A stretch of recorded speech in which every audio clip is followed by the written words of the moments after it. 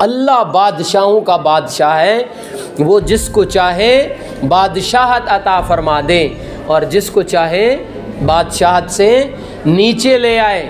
بھائیوں نے یوسف علیہ السلام کو کنویں میں ڈالا، اللہ نے چاہا تو کنویں میں پڑے یوسف کو کیا کر دیا؟ وقت کا بادشاہ بنا دیا۔ ابراہیم علیہ السلام نے چاہا کہ چھری اسماعیل کے کیا گردن پر چل جائے، اللہ نے چاہا کہ نہیں چلنی، حالانکہ چھری کا کام ہے کاٹنا، لیکن اللہ نے جو چاہا وہی ہوا، چھری نہیں چلی۔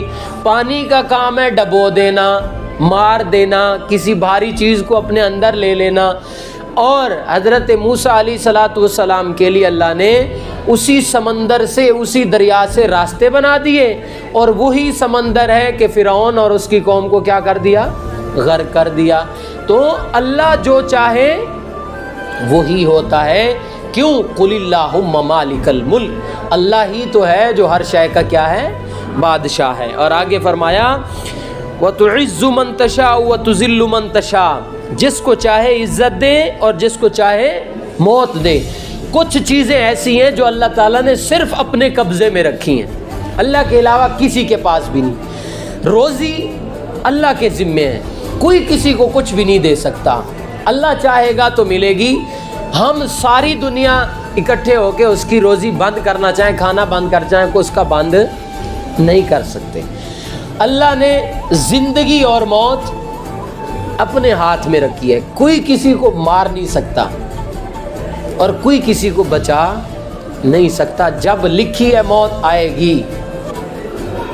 اور اللہ تعالیٰ نے خود فرمایا قرآن پاک کے اندر، تم جتنے مرضی بڑے بڑے گھروں میں داخل ہو جاؤ، موت وہاں بھی پہنچ کر کے رہے گی۔ اور اللہ رب العزت نے عزت اپنے ہاتھ میں رکھی ہے۔ کس کو عزت دینی ہے؟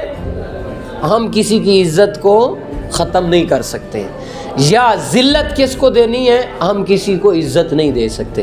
اللہ نے جس کو عزت دینی ہے ساری دنیا مل کے اس کو ذلیل نہیں کر سکتی، اور اللہ نے جس کو ذلیل کرنے کا ارادہ کر لیا ساری دنیا مل کے اس کو عزت نہیں دے سکتی۔ تو جو یہ چیزیں، چار چیزیں، زندگی، موت، رزق اور عزت اور ذلت، اللہ تعالیٰ نے اپنے ہاتھ میں رکھی ہے۔ اور اللہ تعالیٰ نے خود فرمایا وَتُعِزُّ مَن تَشَاءُ وَتُذِلُّ مَن تَشَاءُ بِيَدِكَ الْخَيْرُ، میرے ہاتھ کے اندر ساری بھلائی اللہ کے ہاتھ میں ہے۔